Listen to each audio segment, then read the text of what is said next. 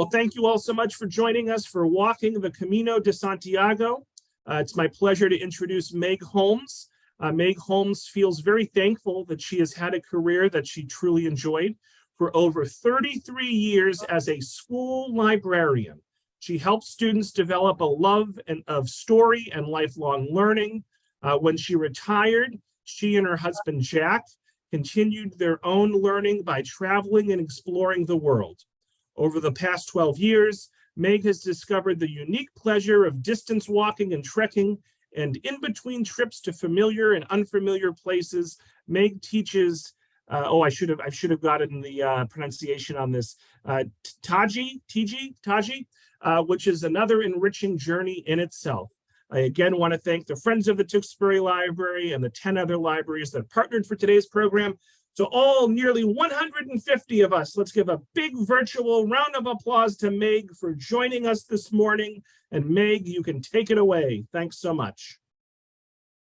Thank you very much, Robert. And I too want to thank all the libraries who are sponsoring this program. As a librarian, I really have to put in a plug for all libraries and their importance for everyone in the world. So good morning. Thank you for joining me. We are walking the Camino de Santiago. I have actually walked 3 Caminos in Spain from August through September 2011. I walked along the most popular Camino route, the Camino Frances, from Roncesvalles to Pamplona, and then from León to Santiago de Compostela with my friend Anne. In May and June of 2015, Anne and I returned to walk the entire Camino Frances from Saint-Jean-Pied-de-Port in France to Santiago de Compostela in Spain. And then our friend Asunta joined us in Burgos to continue our way westward. And finally, in May of 2017, I walked the Camino Inglés and the Muxia Way by myself. The reason there is a Camino de Santiago is this man. This is St. James the Apostle. After the death of Christ, James went to the Iberian Peninsula to talk about Christianity.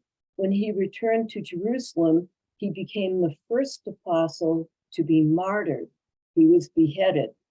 His followers brought his remains back to the Iberian Peninsula, where they were buried and kind of forgotten for a few centuries.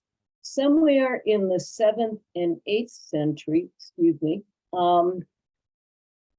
the remains of St. James were found. A church was built to house the remains. People became aware of the fact that his relics were there and began to make pilgrimage to come to pay their respects. Pretty soon, the church became a cathedral, and around the cathedral grew the city of Santiago de Compostela. This is a statue of St. James as pilgrim. He's wearing the wide-brimmed hat for shade. He's wearing a cloak for warmth, carrying a walking staff, a gourd for water, and wearing the iconic symbol of the Camino, the scallop shell. But here is another sculpture statue of St. James, Santiago Metamoro, St. James the Moor Slayer. Santiago, by the way, means St. James. According to history or legend, during the Reconquista, the Spaniards were fighting the Battle of Clavillo. They were losing. All of a sudden, out of nowhere, St. James appeared on a white stallion, brandishing a sword left and right and slaying the Moors, who of course were the Islamic conquerors of the Iberian Peninsula. My own view is I prefer the image of St. James the Pilgrim. During the Middle Ages, the Camino de Santiago became the 3rd most popular pilgrimage for Christians to take in Europe. And there were many different Caminos, not just one, because people would set out from their homes.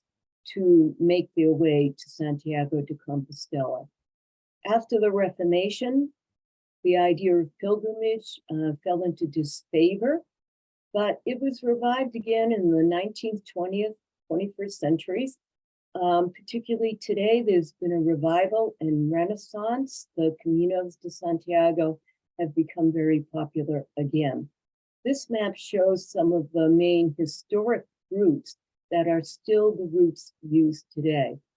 The yellow line is the French way, the Camino de Santiago, that most people think of when they think Camino. The purple line is the Portuguese way, which nowadays is the second most popular Camino. The second most popular used to be the Camino Norte, the northern one. I mentioned that I also walked the Camino Inglés, that is the English way, the red line, and the Muxia way, which is also the Finisterre way. Many pilgrims continue from Santiago to the Atlantic coast because in the Middle Ages, that was perceived to be the end of the world. This magenta line is in France. There were major Camino routes, or chemin in French, chemin routes that made their way through what became France. And the most popular today, there are 4 that are still used. The most popular today is Le Puy. In 2019, my friend Wander and I did the Le Puy route. Here is a map of the Camino Frances. If you look to the right, the orange is France. The border between France and Spain are the Pyrenees Mountains.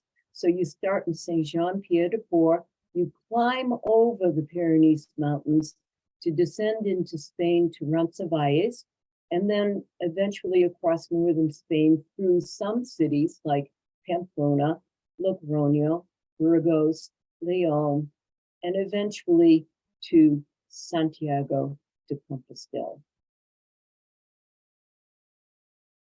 Nowadays, as I said, there's been a major revival of the Camino de Santiago, and there are thousands, even hundreds of thousands of pilgrims who now walk the route. They walk for as many individual reasons as there are people walking. When a pilgrim walks the Camino, she really walks 3 journeys. There's a physical journey, of course, but there's also an inward journey, a mental and spiritual journey. Because you're walking the Camino de Santiago with me this morning, I want you to be aware of some common pilgrim terms. A credencio, often called a pilgrim's passport. In the Middle Ages, when a pilgrim set out, often their local priest would give them a letter certifying that they were a pilgrim and asking people, churches along the way, to provide lodging and food. Nowadays, pilgrims have a credencio. They get it stamped along the way. When they reach Santiago de Compostela, if they want, they can go to the pilgrim's office, and the pilgrim's office will certify that they have completed the pilgrimage by issuing a certificate of Compostela. Along the way, modern pilgrims stay in an albergue.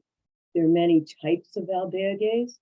The most basic are the municipal and the church-run albergues, basically a dormitory space with bunk beds and washing facilities. Nowadays, there are many more private albergues run by individuals with a few more amenities. The albergues are run by a hospitalera or a hospitalero. Along the way, you might encounter a Camino angel. A Camino angel is someone who suddenly, seemingly appears out of nowhere in a time of need, provides aid and help, and then often disappears immediately after. A Camino family, if you're lucky enough to have one, is a special grouping of pilgrims, usually people who don't know each other, but they become close friends, even more than friends, like a family, as they go along the Camino. They might walk with each other all the way to Santiago. They might walk with each other off and on, but they're always there, and they are people you can count on for help and support. Lastly, the term the Camino provides. I think in the Middle Ages, probably a pilgrim said, God provides, but nowadays this is more fashionable. And it pretty much means if you give yourself up to following the way will provide you with what you need when you need it. How do you find your way?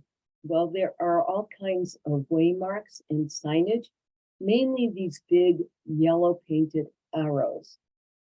In 2011, when I walked the Camino the first time, I found that I often wrote haiku poetry to record my impressions.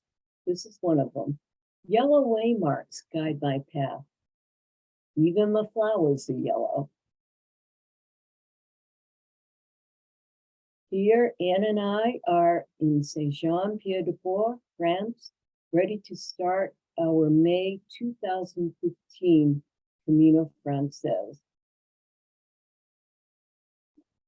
To go over the Pyrenees, you walk 15 miles along what is known as the Napoleon route.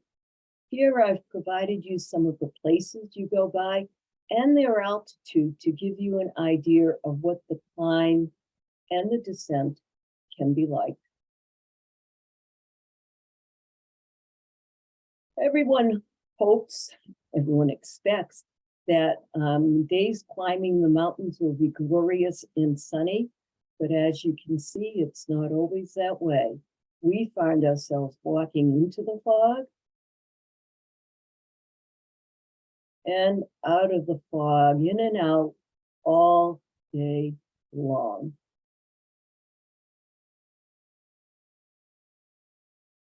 This is the border crossing between France and Spain. Notice there are no passport control agents. It is a cattle grate. Finally, you reach the top and you begin to descend. You're descending down into Spain and you see Roncesvalles. From Roncesvalles to Burgos is about 200 miles. Again, I've provided you some of the places that you go by and their altitude. You can see that it's still very much up and down. As you leave Roncesvalles, you see the sign, Santiago de Compostela, 790 kilometers to go, even though we just climbed over the Pyrenees. 790 kilometers is roughly 500 more miles. As we walk, we see signage in Euskera, which is the Basque language, as well as in Spanish, and that is because this part of Spain is the region of the Basque people. And because we're still in the foothills, it is very much up and down into Pamplona. In 2011 and 2015, we stayed in the very large municipal albergue, Cristo y Maria. It used to be a seminary. You can see that they've installed all these cubicles with bunk beds. Nighttime in the albergue, concert of snoring. Leaving Pamplona and the Pyrenees, we are climbing up to the Alto du Pedron. At the top, there is a wind farm, as well as this beautiful sculpture dedicated to pilgrims and the Camino. Of course, when you go up, you have to go down. And when you start to go down the other side, this is your view across the vastness of Spain.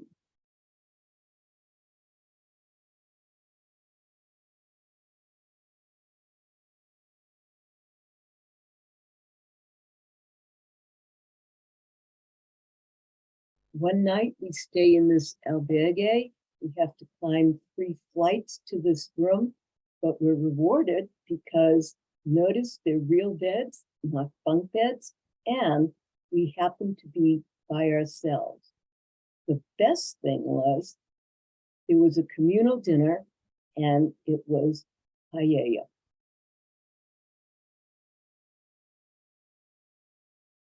Moving on, we cross over the Roman bridge, Puente Lorena. We passed by, of course, many churches. This church had statues of all the apostles, and I imagine you can pick out St. James. Heading into wine country, Rioja. You might have heard of the famous Spanish wine, Rioja. We know we're in Rioja when we come to this bodega. This is a fountain. It's rather unique. One spigot is for water and the other is for red wine. And pilgrims are able to have a free glass of the vineyard's red wine, even at 9 o'clock in the morning. Now, usually we don't drink wine at 9 o'clock in the morning. When we have breakfast, it's not a glass of limonada either. It's usually a café con leche and a slice of tortilla español, which is a very delightful potato and egg kind of frittata. Other mornings, we might have an empanada and a glass of fresh squeezed orange juice. That's called zumo. A Spaniard told me that zumo is the sunshine of Spain in a glass.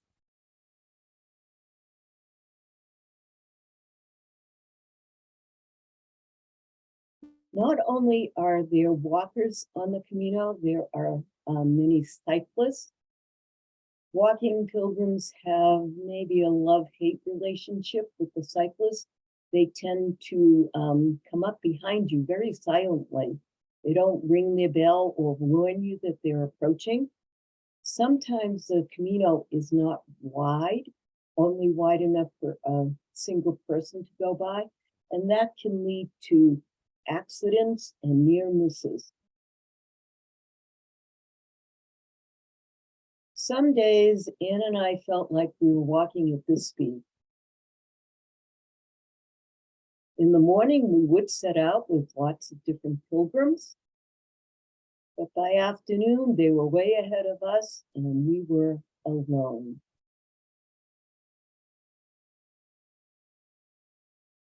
We finally took a rest day in Logroño and had a wonderful evening of tapas, and then continued on.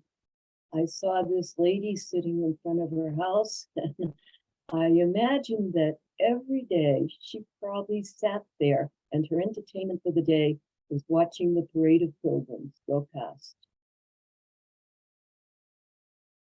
More types of waymarks. Because in 2015 it was spring, every now and then we were able to see and enjoy beautiful red poppies. At Santo Domingo de la Calzada, we visited the cathedral because inside there are live chickens.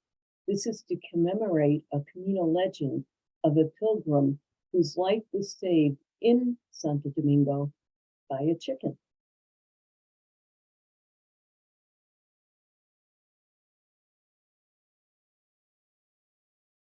This is Grignon. We stayed at the parochial albergue here, which is also a Donativo. This stone tower is the albergue. A Donativo is a unique kind of albergue. There is no set fee to stay here. You are asked to pay what you can afford. or what you would normally pay in any other albergue. You're also asked to help with the chores. We stay here because we know the hospitalera. She is a member of the Boston Pilgrim chapter, the Boston chapter of the American Pilgrims on the Camino. After I returned in 2011, I felt the need to do something to support the Camino. So another pilgrim and I started the Boston chapter of the National Volunteer Organization, the American Pilgrims on the Camino. And that organization is dedicated to helping pilgrims and helping to keep the spirit and the system of the Camino alive. That night, we helped prepare the communal meal. This night, there are pilgrims from 14 different countries. Here, I just want to point out one of the unique things about the Camino de Santiago is how international it truly is. You meet pilgrims from all over the world. And even if they don't speak your language or you theirs, you are able to communicate. It is a wonderful, unique experience. After dinner, there is a meditation service in the church itself. But because we're all tired from walking all day, we early retire to the old stone tower. We sleep on the floor on mats, no blankets. It is freezing cold. That night I wore everything I owned to bed, but I really loved staying at Grenion. Next morning, we're up with the roosters and on our way. Because it's spring, it's not only roosters and chickens that we encounter, we see storks. The storks migrate from North Africa to Spain in the spring, and they love to make their nests in the church bell towers.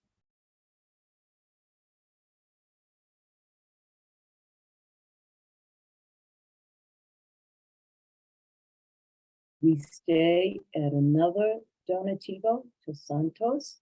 Here we meet a pilgrim who is on a special mission. Every albergue that he stops at for the night, he prepares a meal for all the pilgrims who are there. This night, he prepared for all of us a paella.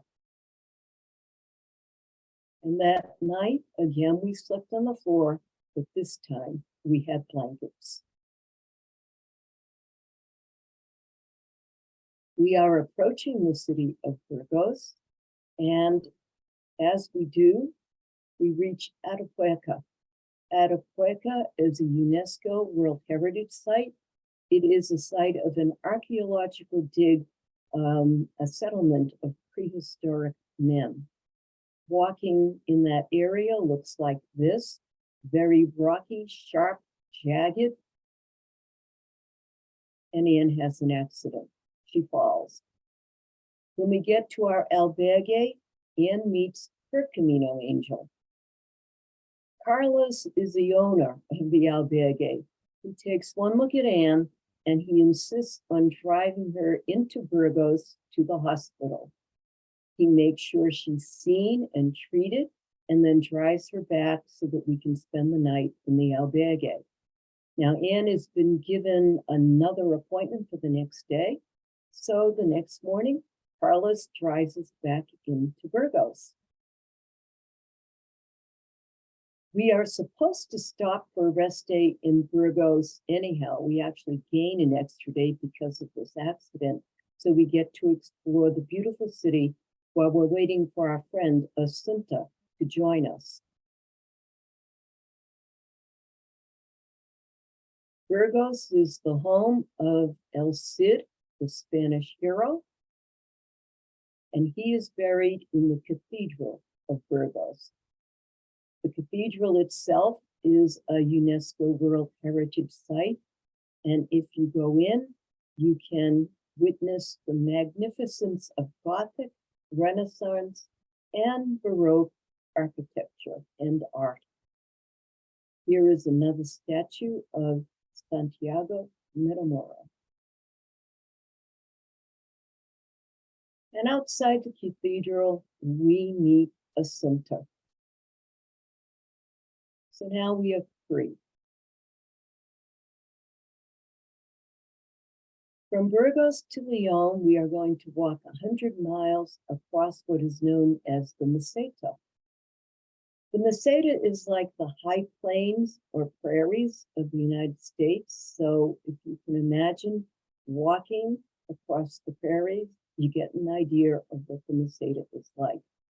It's often said that the Meseta makes or breaks a pilgrim. You can see from the altitudes that it is not as dramatic. In fact, it's kind of flat. Often you'll see wind farms in the distance because it's wide open. And it is walking on the Meseta that we discover we are part of the Camino family. Here are Coy and James. They had just graduated from the University of South Carolina. We'd actually met them before Burgos in another albergue. Rosemarie and Urs from California. I had met Urs also earlier. I had met him in an albergue where he was having a really lively discussion trying to explain American politics to a Hungarian. We met Mark on our first day on the Meseta. He was a Brit, but living in Germany. Met him in a bar.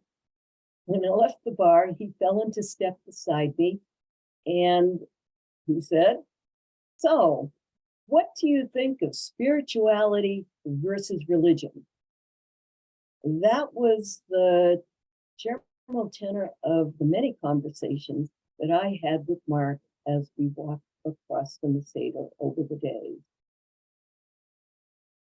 Here is Stephen from Ireland. With Stephen, who we also met on the Meseta, my conversations tended towards Irish literature, Irish folklore, and paganism. You can see from this that pilgrims are diverse and the topics of conversation can be diverse as well.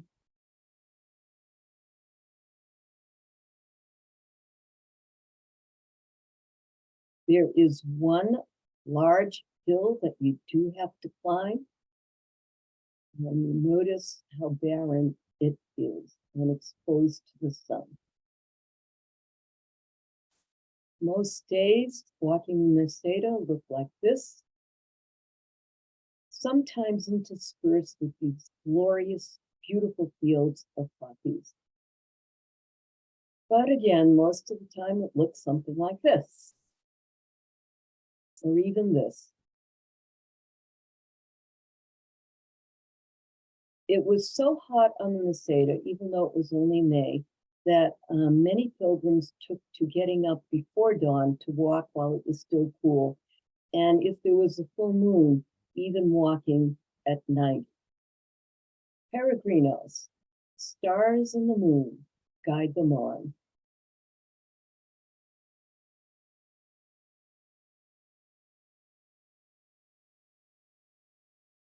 Ian and the center trying to find some shade and not succeeding. So when we get to Salgun, they inform me they have had it with the Meseta.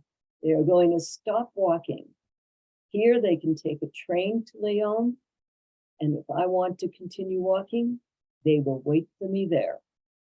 Well, I do want to continue walking. So the next morning, I set out by myself and alone, really for the first time. But it turns out to be the day that is somewhat miraculous because I discover I have a Camino family. About mid-morning, I stop at a cafe for a cafe con leche. When I open the door and go in, there are Rosemary and Ernest. So I join them. A few moments later, the door opens. In walks Mark. A few minutes later, door opens again, and here is Stephen from Ireland. And a few minutes later, in come Hoy and James. Well, the wonder of this meeting is not only have I met them all individually, each of them have also met each other individually, and we never knew it until that moment. So we continued as a group walking on. We spent the night in the little town all together, had a wonderful dinner, and the next morning set off as a Camino family. A couple days later, we entered Leon. I was able to reunite with Anne and Asunta. It turns out that we are here on a weekend, and it is the Feast of Corpus Christi. So there are processions. We end up staying an extra day here, but not because of the processions, but because of this lady, Natasha, from Arizona. She is staying in the same room at the albergue that we are. In the morning, I hear her get up and go into the bathroom, and then I hear the sound as if someone has slipped on the floor. I call out, "Are you okay?" But I get no answer. A couple minutes later, I hear the shower turn on, so I assume everything's fine. A few minutes later, the water turns off. And a few minutes after that, the door of the bathroom opens. Natasha comes out and announces, "I think I broke my arm," and collapses on the floor. Clearly, she's in need of help. She needs a Camino angel, and who better than Anne? Anne is a nurse. So Anne becomes Natasha's Camino angel. They go to the hospital together, and the doctors confirm she has a broken arm, not just in one place, but in a couple, and tell her that she needs to stop walking the Camino and return home. So we help her get ready to do that. So Anne proves on that day that she is a true Camino angel and pilgrim. When we do leave Leon, we're heading towards the province of Galicia to Santiago, and it is 200 miles left to go. Again, a couple of the places that we go by, you can see from the altitude that we are starting to climb again. But first, we have to finish crossing the Meseta, and it is still hot and oppressive. So when we get to albergue, we are exhausted. Next morning, before sunrise, we are up and on our way again. This is the medieval bridge at Hospital do Brigo. It is one of the longest medieval bridges left in Spain. In the Middle Ages, they used to have jousting tournaments on top. Today, it's mainly pilgrims who walk across to enter the village. The next day, by contrast, it is pouring rain. Of course, we have to walk on, and we come to this refreshment stand. It is a donativo run by a true Camino angel, David. He's operated this free refreshment stand for pilgrims since 2010. On this day, he has rigged a shelter, and he has a big pot of hot water for coffee and tea. We wait to see if the rain will let up, But after a while, it's pretty clear it's not going to, so we have to continue walking. Early afternoon, we arrive in Astorga.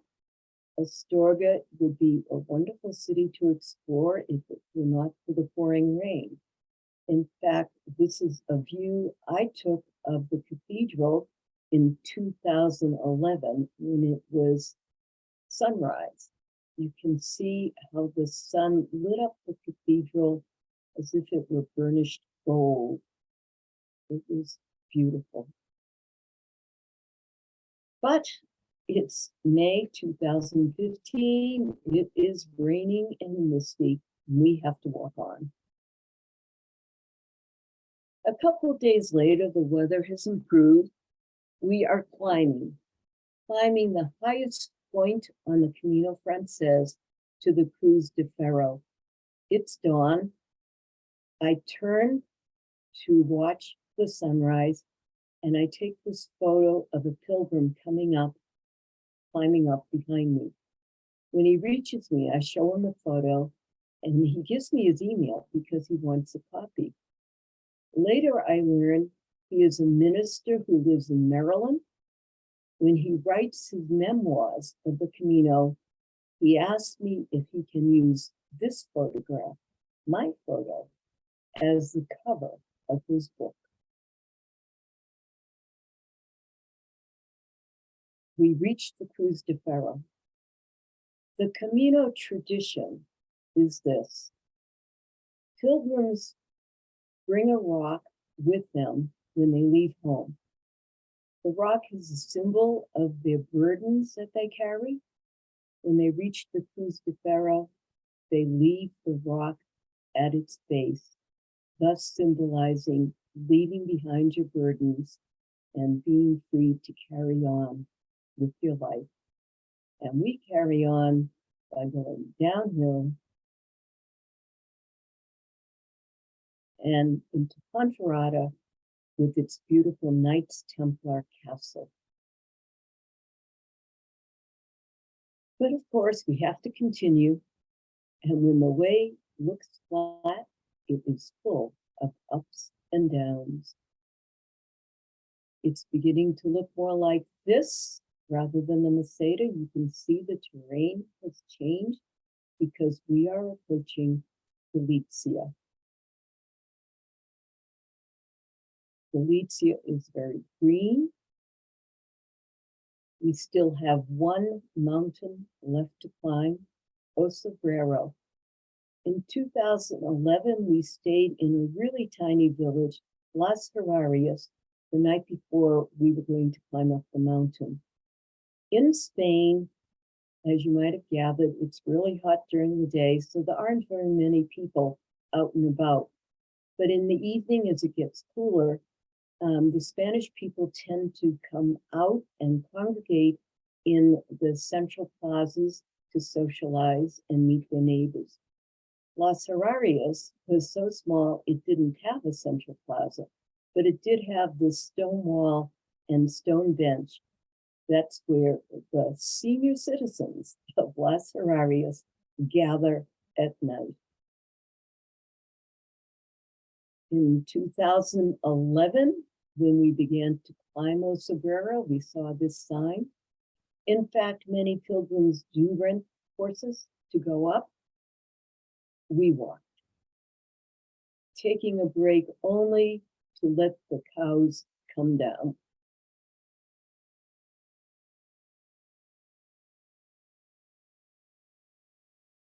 Climbing up to O Sobrero, you reach the border between the province of Castilla y León and Galicia. It's marked by this massive monument. Here, we encounter a mother and daughter from Sweden. They'd actually stayed in the albergue the night before with us, and the mother was a singer. She taught us many songs, including the French pilgrim anthem, Ultreya. So together, we all continue climbing up O Sobrero, singing Ultreya and hearing our voices echo up the mountain through the fog and mist to the chapel at Osabrero.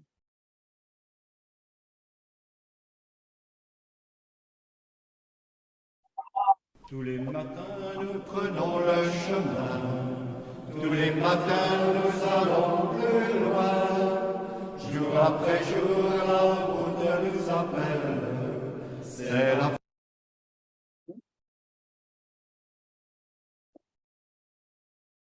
I think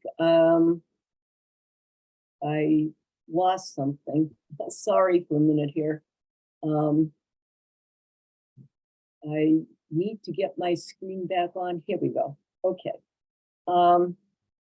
Entering Galicia, now we discover a unique part of Spain.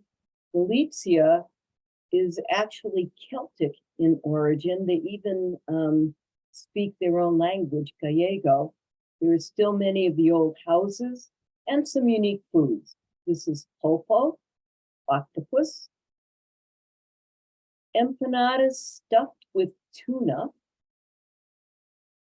and my favorite, pimientos de padrón. When I first tasted these, I promised myself I would eat them every day that I could, and I did.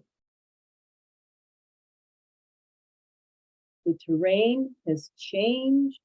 It's really green, reminded me a lot of Ireland.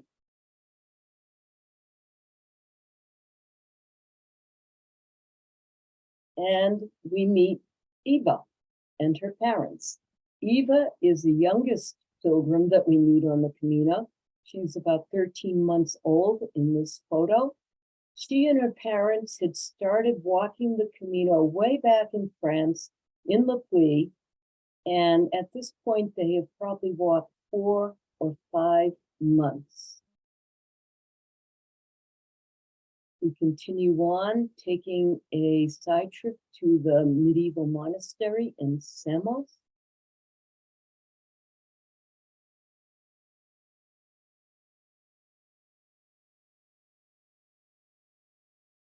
And along many streams and little rivers. Galicia is an agricultural land, as you might have gathered.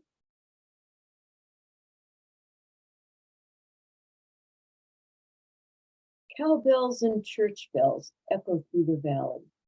Which is which?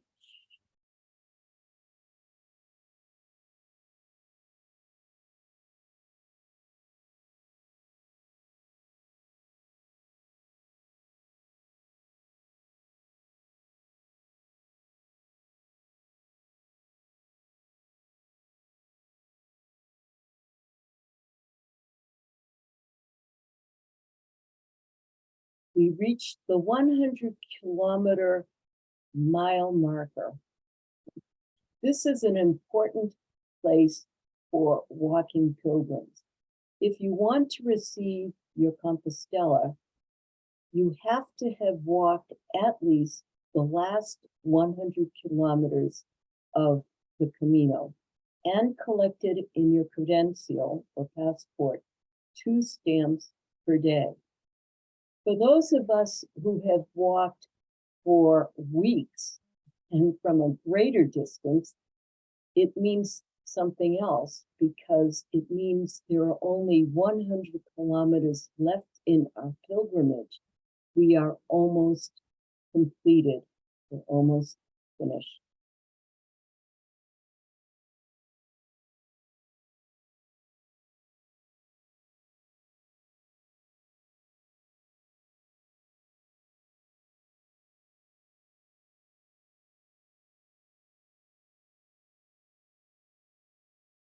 And we're approaching the outskirts of Santiago.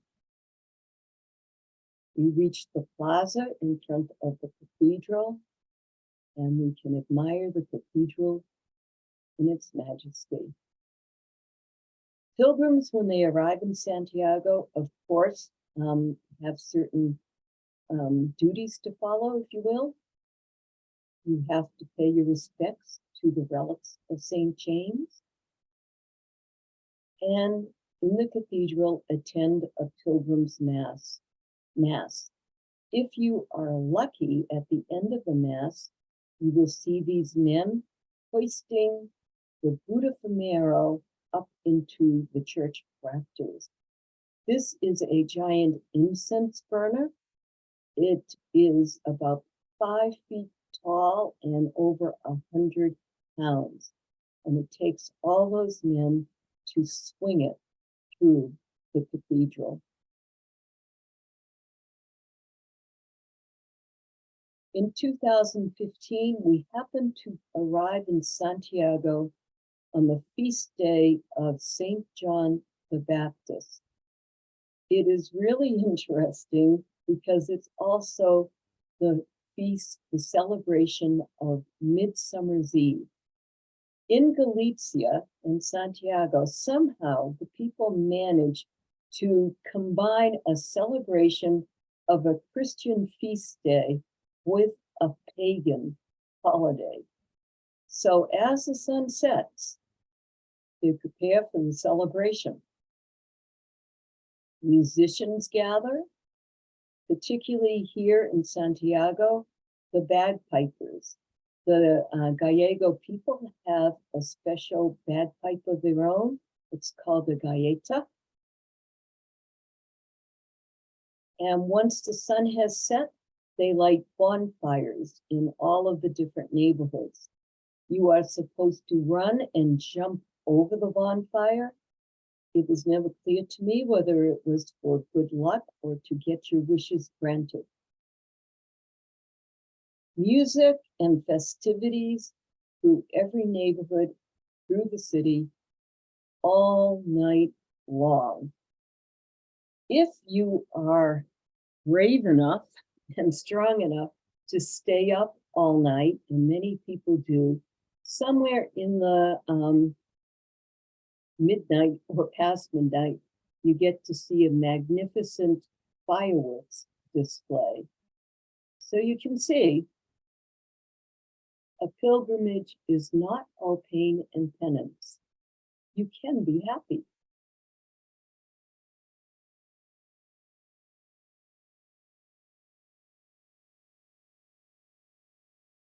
Buen camino a todos.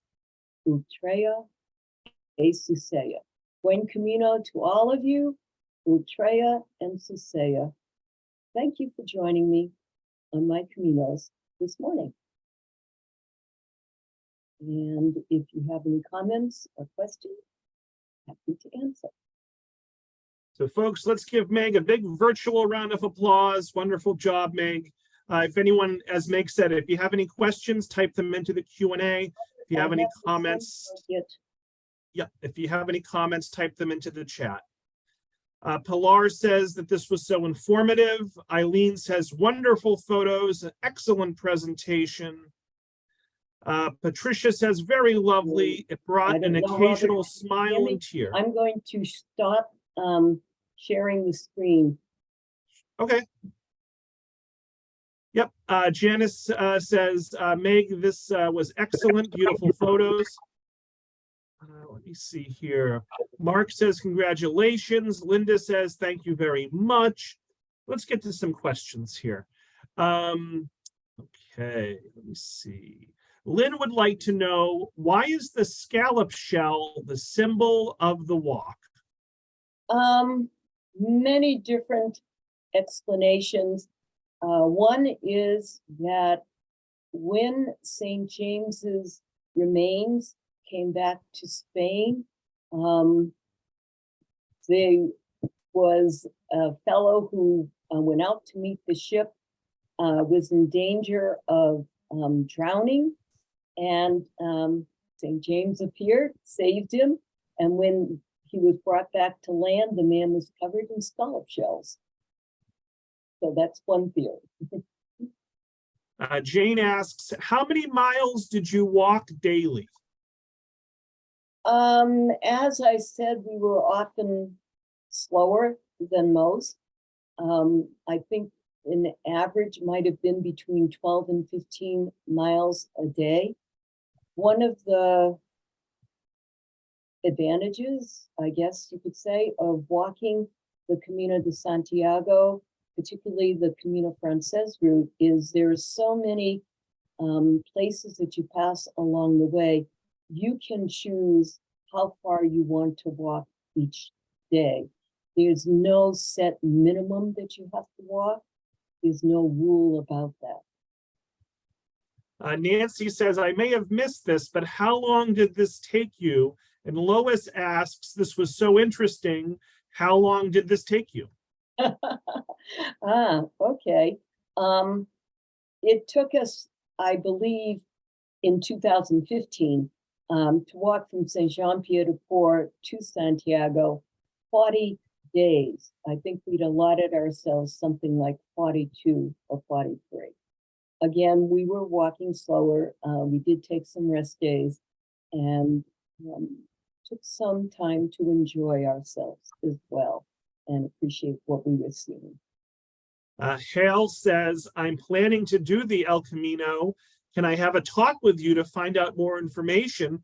Thank you so much for this great talk. You've got me more excited to do it. Sure, if you want to get in touch with me, maybe Yeah. Robert. They can reach out to me. Hal. You can respond to the Zoom emails you've been receiving, and my email address is what's sending out those Zooms. So email me and I can get you in touch with Meg. Christine asks, how old was the oldest pilgrim you met? And then second question, did you have to wear more than one pair of shoes? How many shoes did you bring? Oh my goodness. Okay. As far as age goes, my friend Wanda and I walked the Lafouille route, as I mentioned, in 2019. At the time, we started on my birthday. I was 72 and she was 82. Wow. This was the second time she had walked all the way from Lafouille in France to Santiago. That's over 1,000 miles, by the way.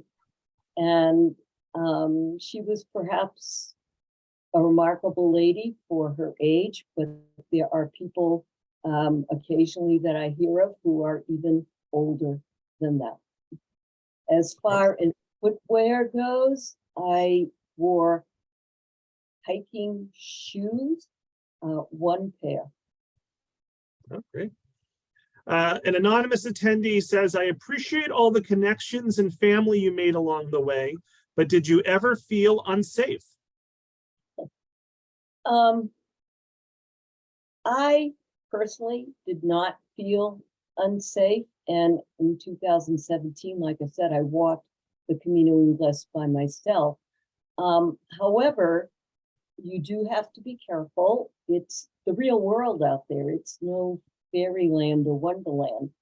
And actually in 2015, there was a woman who disappeared on the Camino Frances, which actually led us to be rather concerned as we walked along where she had disappeared. And unfortunately, in the fall of that year, her body was found. She had been murdered.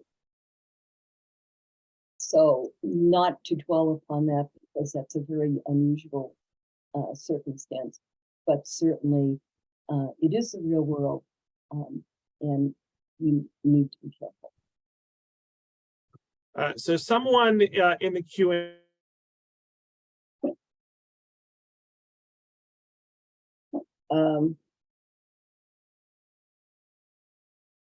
I don't hear you, Robert.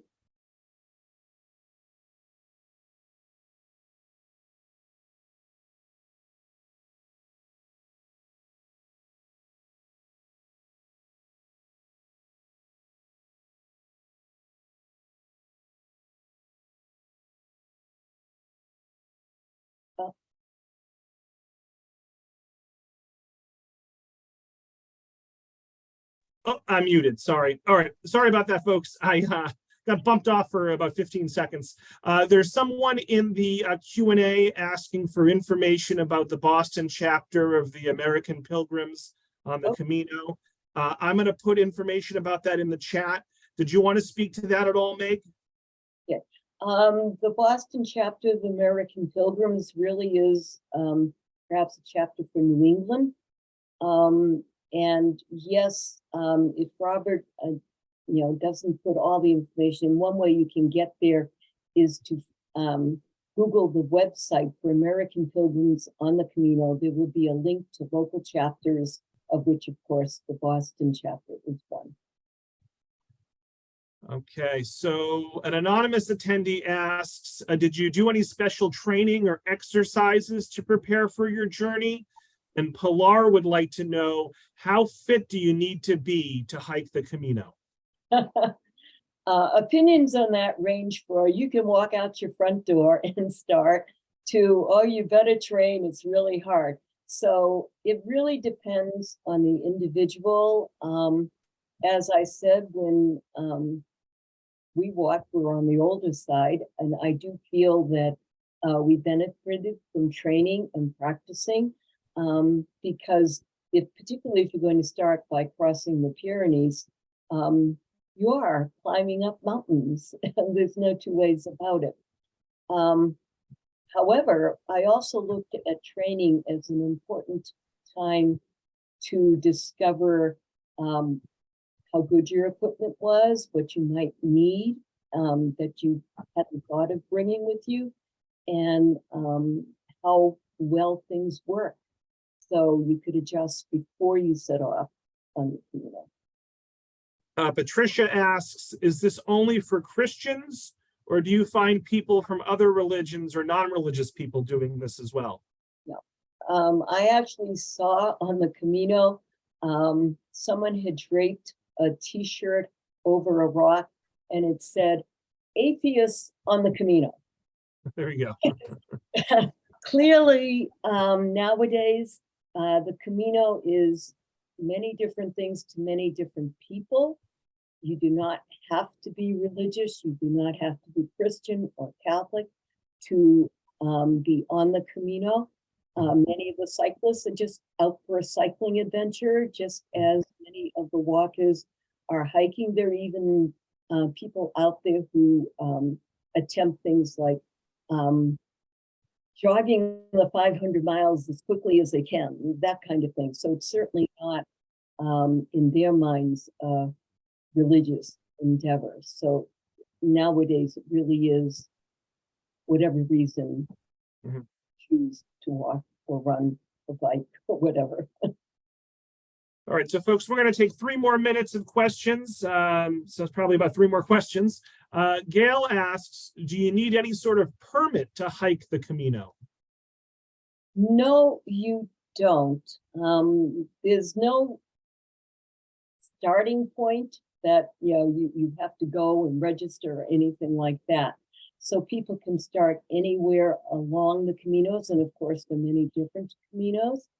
A lot of Europeans, particularly the Spanish, do sections each year, like a week here and there.